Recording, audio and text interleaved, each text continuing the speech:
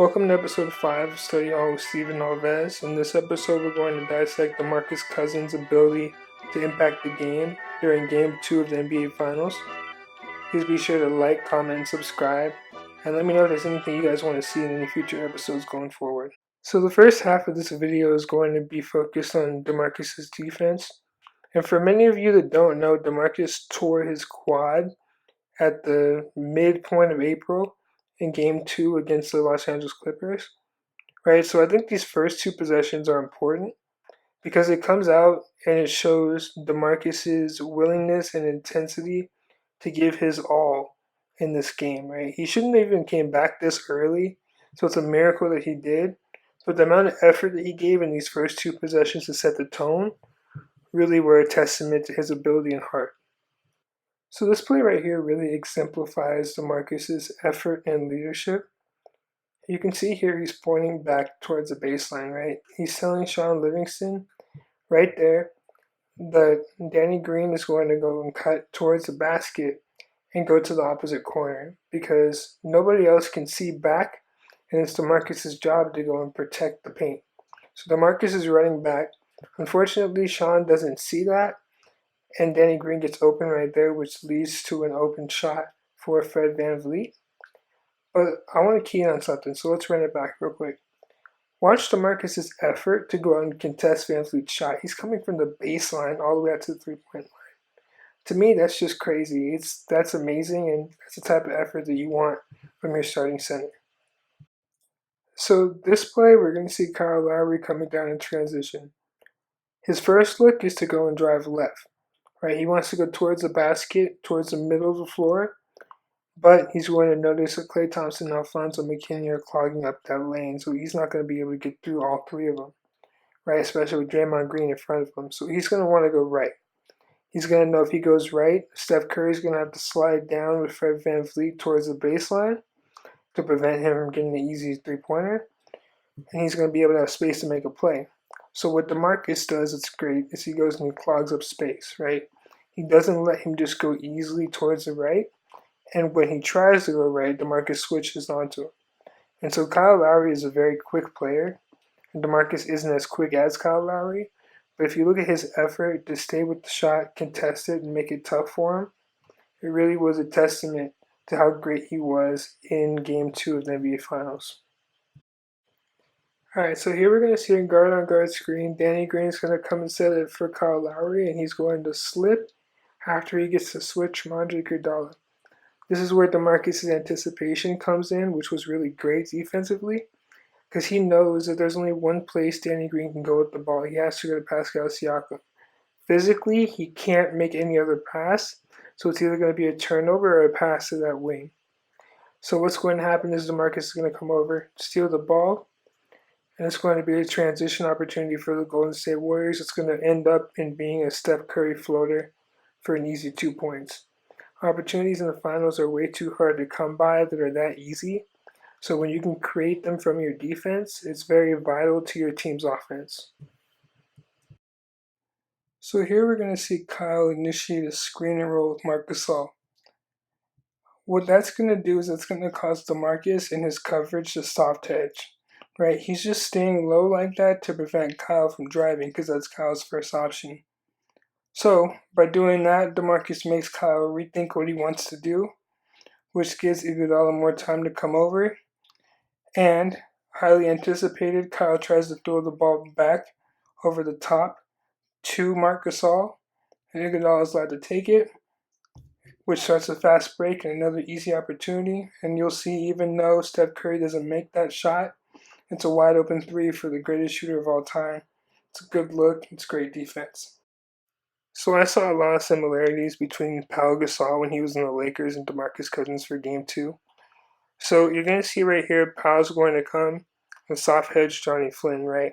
Your goal is to make him rethink what he's doing. You want him to have to look at a different option. When he does that, your teammate's going to come and he's going to help you poke the ball loose, just like Derek Fisher did right here.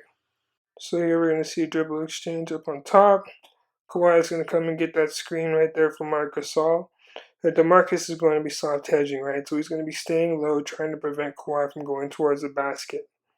So Kawhi is going to go, he's going to realize a little bit too late, right? If he would have stopped right here, he would have been able to pass it to Marc Gasol, and Gasol could have swung it to the corner over to Fred VanVleet for the easy three-pointer. But instead, Kawhi takes it, waits too long, realizes too late, and passes it to Siakam on the block.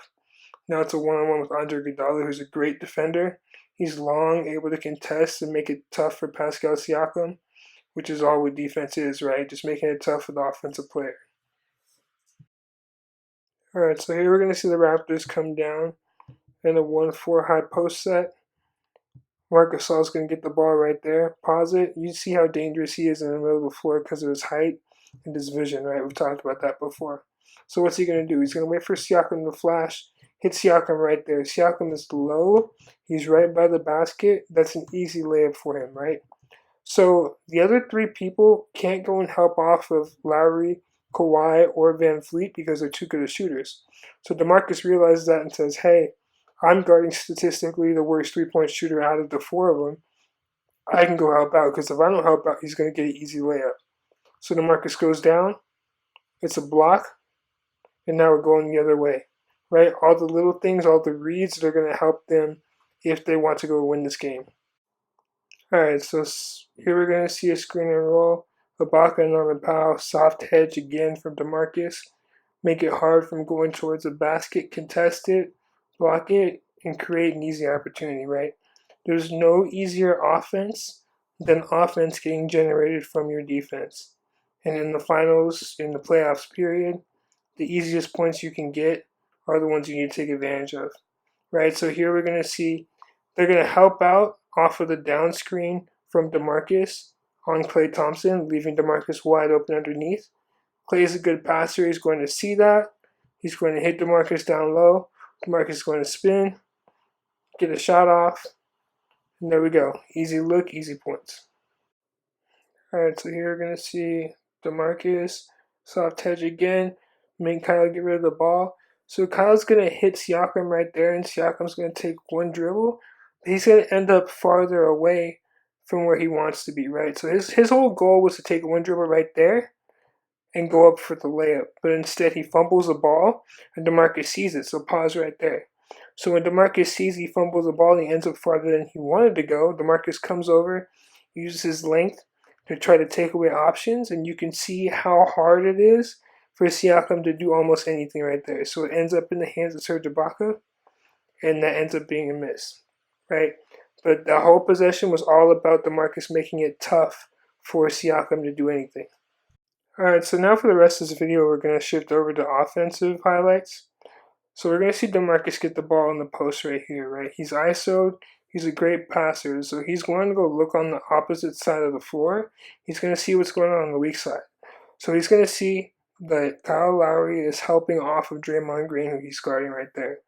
Klay Thompson, also one of the best cutters in NBA history, is going to see that and cut backdoor, right? Because he knows that when he goes, Kyle Lowry is going to be too occupied with him, and it's going to leave Draymond wide open at the top. Draymond's going to miss his three, but it's all about how DeMarcus was able to get him a good look and set him up for a good opportunity to succeed, which he did. All right, we're going to see Klay up here come off the top of a screen from DeMarcus. He's going to swing it back, and they're going to do a handoff right there. DeMarcus is going to screen Danny Green because he knows his body's too big, so Green won't be able to stay attached to Klay Thompson, which means Serge Ibaka is going to have to switch onto him. And Klay knows that Serge Ibaka is going to be playing behind him because he's not fast enough to keep up with him. So he's going to rise up and get a good look because Serge can't stand in front of him. And that's going to be easy 2 points. DeMarcus did a great job of setting him up to succeed in that situation. All right, so here we're going to see a double screen for Steph Curry. So if you're Kawhi Leonard, you're going to stay attached to Steph Curry, right? You don't want Steph Curry to be the one to score. If you can have Draymond score, great. So you're going to leave him as the better option, right? So Steph, with all the pressure, is going to use Draymond as something we call a pressure relief point. He's going to pass it to Draymond, and Draymond's going to be able to find DeMarcus Cousins in the post ISO against Marc Gasol. Now, if you're DeMarcus, you know a couple of things. One, you know you're quicker than Marc Gasol, and you also know that you're in a triple at that position, meaning you could shoot, pass, or take him off the dribble. DeMarcus is going to choose to take him off the dribble, and he's going to see Kyle Lowry is the only person that can stop him, if he goes towards the basket, right? Because no one else is there. So Kyle Lowry, or I should say, should try to stop him, is going to come over, and he's going to leave Alfonso McKinnie wide open in the corner. The quick wraparound pass for DeMarcus Cousins, who's a great passer. And although McKinney misses the shot, just like we've said previously, it's all about setting your teammates up for the opportunity to succeed in what they're good at. All right, so this brings me back to Pau Gasol because DeMarcus's performance was really similar in terms of how he played. So one thing I want to note is look right here at Kobe and Jared Dudley, right? Kobe and Jared Dudley are into a little scuffle, and Jared Dudley is trying to push Kobe out. He doesn't want Kobe to catch the ball easily. So what he does, though, that isn't good is he goes around Kobe trying to push him out, which leaves Kobe able to cut towards the basket. So Powell, being a great passer from the post position, is going to see that. As soon as he gets the ball, he's going to know Kobe's going immediately backdoor, right? Because he has Jared Dudley on his back at that point if he turns around and goes towards the basket. It's going to cut.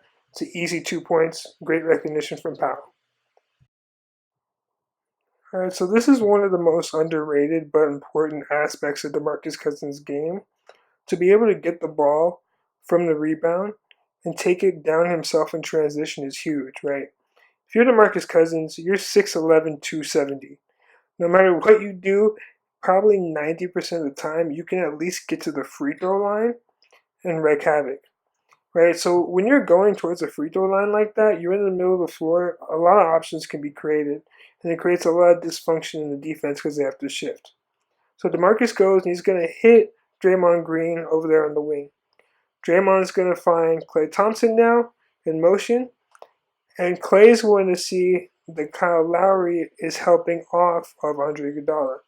So he's going to see all that space, and Iguodala, being a veteran, being a former All-Star, is going to read that, and he's going to think like, hey, they're going to want to help on Klay on this drive, and so they're not going to be too worried about me.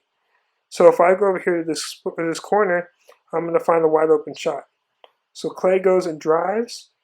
You're going to see Kyle Lowry stays, and Iguodala gets wide open for the easy jumper, right? And all that really stems from DeMarcus's ability to bring the ball down the court himself in transition. So back to Pau Gasol. Pau Gasol is great at this too, right? So if you can bring the ball down and you have the ball handling capability to do so, it's going to start an earlier transition for your team, and you're going to be able to find more open teammates, right? So Pau's going to bring the ball down, get to the free throw line, because he can, and when he's 7 feet, 250, no one's going to be able to stop him until there. So he's going to see Earl Clark wide open in the corner for 3, hit him, and that's easy money, right? Make things easier for your teammates any way you can. Pau did that. DeMarcus did that this game too. All right, so very similar to the Pau play we just saw. DeMarcus gets the ball, comes down in transition, get to the middle of the floor to that free throw line, just like that, and find the open shooter. Make it easy for your teammates. He's going to see Andre Iguodala in the corner, hit him right there. It's going to be a great shot, great look, easy 3 points in the finals. All right, so back to Pau, this time against the Cavs. Get to the free throw line right there. Look for options, and just know you're going to have people you can hit. So he's going to find Matt Barnes, alley-oop, easy 2 points in transition, making the game easier for everybody else and putting pressure on that defense. So DeMarcus Cousins' ability to stretch the floor is pretty impressive because it opens up opportunities for his teammates, right? So here you're going to see Klay get the ball on the wing. Marc Gasol can't leave DeMarcus wide open. And obviously Danny Green can't leave Steph Curry, right? So they're going to see that, and the Warriors are going to take advantage of it. So what's going to happen is Steph is going to come step up and set a back screen for Draymond Green, right? And Marc Gasol can't help back because you can't leave DeMarcus Cousins wide open because he's going to knock down an easy jumper. So after the back screen, you're going to see Kawhi is going to be caught up with Steph Curry because Steph is one of the best screening point guards we have in the NBA. And it's going to be great recognition by Klay Thompson for an easy 2 points for Draymond Green because there's no help because the whole floor is lifted. So DeMarcus isn't just great at bringing the ball up in transition, but he's good at being a willing passer in transition for his teammates as well. So you're going to see him right here, post up Marc Gasol. So I want to pause it right there because I want people to look at his face. Look at his eyes, right? He's looking at all of his teammates because he wants to find options to make it easier for them. So he's going to see Klay Thompson, and Klay's going to cut back door. And so when Klay cuts back door like that, DeMarcus is going to be able to hit him because he has the defense all lifted, and it's going to be an easy 2 points, easy opportunity for the Golden State Warriors in transition.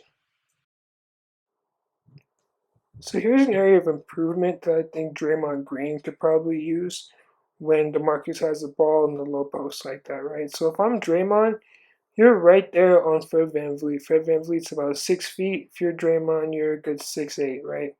So what you're trying to do is you're trying to go and get the ball on the weak side for an easy layup from DeMarcus as he's posting up.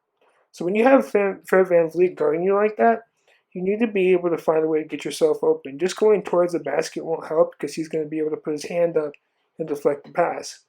So what I would do if I was Draymond is I would spin on him, right? Find a way to get him on your hip, spin, so that way you're in towards the basket and Fred VanVleet's behind you. Once you do that, you're too long for Fred VanVleet to contest the pass, so it's going to be an easy 2 points for you right there.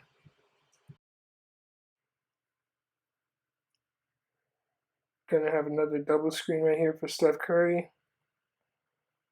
DeMarcus gonna be on the weak side. He's gonna post up against Marc Gasol right there. And his passing is such an asset. You can see here he's gonna bounce pass it to Klay Thompson on the cut.